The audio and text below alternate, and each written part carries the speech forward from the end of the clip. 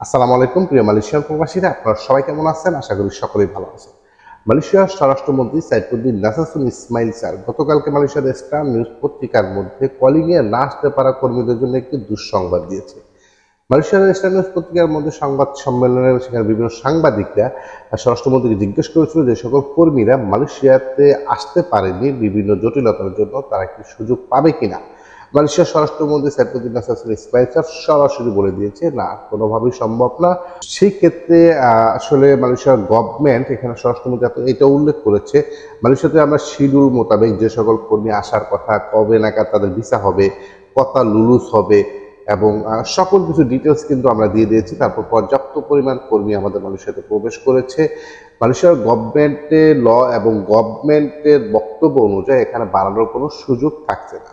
তো আমি গতকালকে একটা ভিডিও করেছিলাম, যেহেতু ভায়ার থেকে Malaysia Bangladesh association of international recruiting agency থেকে একটি খসড়া দিয়েছিল, মানে একটা স্টক পূরণ করে সেখানে সাবমিট করতে বলেছে আগামী 1 সপ্তাহের মধ্যে।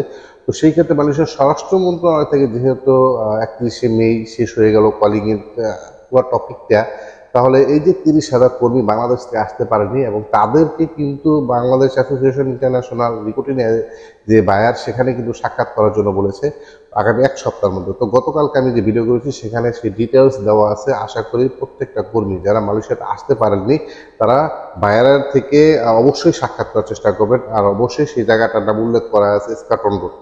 আপনারা হয়তো বা অনেকেই সেই জায়গাটা ছিলেন, তারপর সবার সাথে সবার কমিউনিকেশন রেখে সেখানে গেলে একটা সমাধানের উপায় খুঁজে পাবেন। কিন্তু মালয়েশিয়ার থেকে মালয়েশিয়ার স্বরাষ্ট্রমন্ত্রী সাইফুদ্দিন নাসাসুল ইসমাইল স্যার সরাসরি কিন্তু বলে দিয়েছে রিক্যালিব্রেশন প্রোগ্রাম RTM 2.0 এটা শেষ হয়ে গিয়েছে সময়টা, মানে কলিং ভিসাতে প্রবেশ করা।